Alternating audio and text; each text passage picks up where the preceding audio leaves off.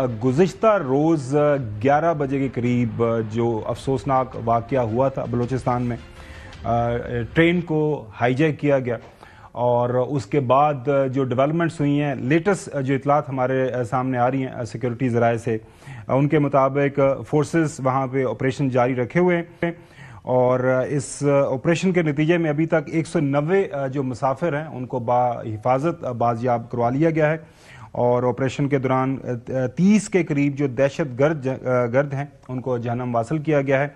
Operation जारी है और चूँकि जो दहशत गर्द हैं उनका कोई मज़हब, कोई दीन, कोई अखलाकियात नहीं होती। जो इतलात हैं उनके मुताबिक वहाँ पे कुछ उन्होंने औरतों और बच्चों को जो है इंसानी ढाल के तौर पर वो इस्तेमाल कर रहे हैं। कुछ उन्होंने वहाँ पे सुइसाइड बॉम्बर्स भी बैठाए हुए हैं और वो कुछ निगोसिएशंस करने की कोशिश कर रहे हैं।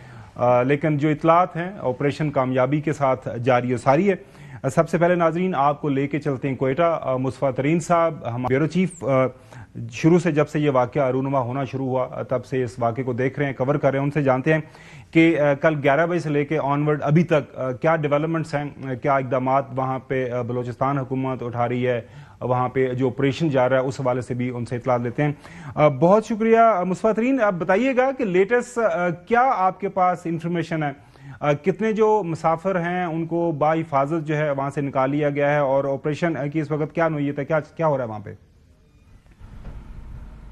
थैंक यू गुमन साहब। इंतहाई अंदोनाक वाक़या है।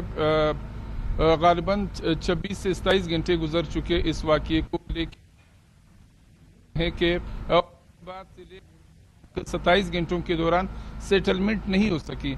वजह यह है कि इंतहाई दुश्वार गुजार इलाका था जहां पर ट्रेन पर हमला किया गया।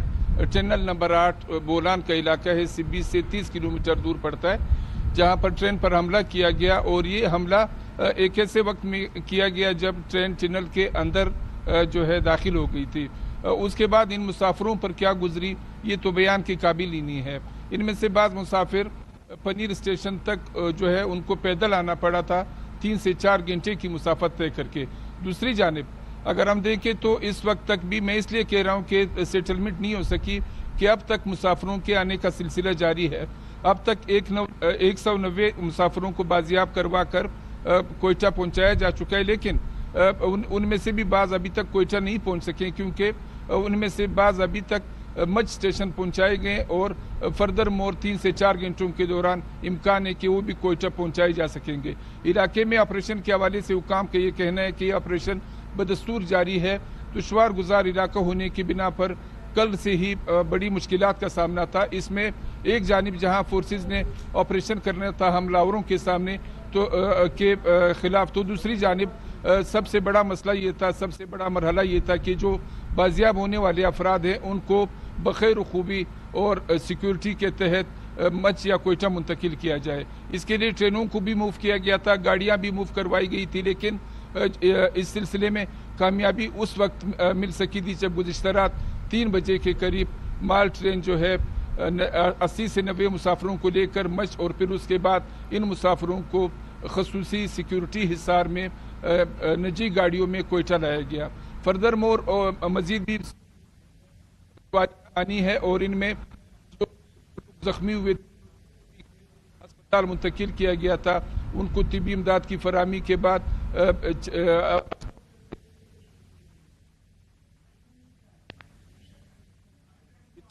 तरीन आपकी आवाज़ के अंदर थोड़ी सी डिस्टर्बेंस हो रही है। हमारे ब्यूरो चीफ जो हैं कोयटा में दोबारा उनसे राब्ता एक बार फिर हमारा जुड़ गया है। मुस्तफा तरीन अभी ये बताइएगा कि पाकिस्तान रेलवे की तरफ से कोई ऑफिशियल नंबर आपको बताया गया वहाँ पे कि जब ट्रेन चली कोयटा रेलवे स्टेशन से उस वक्त कितने लोग इस ट्रेन के ऊपर मौजूद थे, टोटल नंबर क्या था?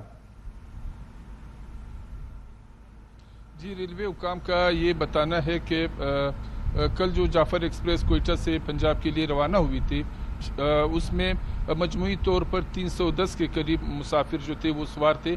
अगरचे टिकटें बहुत सारी बुक हुई थी, लेकिन हाजिर हाल जो मुसाफिर सवार हुए थे उनकी तादाद 301 से लेकर 310 तक थी, जिसमें इकानमी क्लास के मुसाफिर भी थे और इसके अलावा एसी स्लीपर के मुसाफिर भी थे और दीगर जो اس کے وہ ہیں اس کے مسافر بھی تھے، لیکن مجموعی طور پر 310 تعداد تھی، جس میں خواتین بھی شامل تھیں، بچے بھی شامل تھے اور مرد بھی شامل تھے۔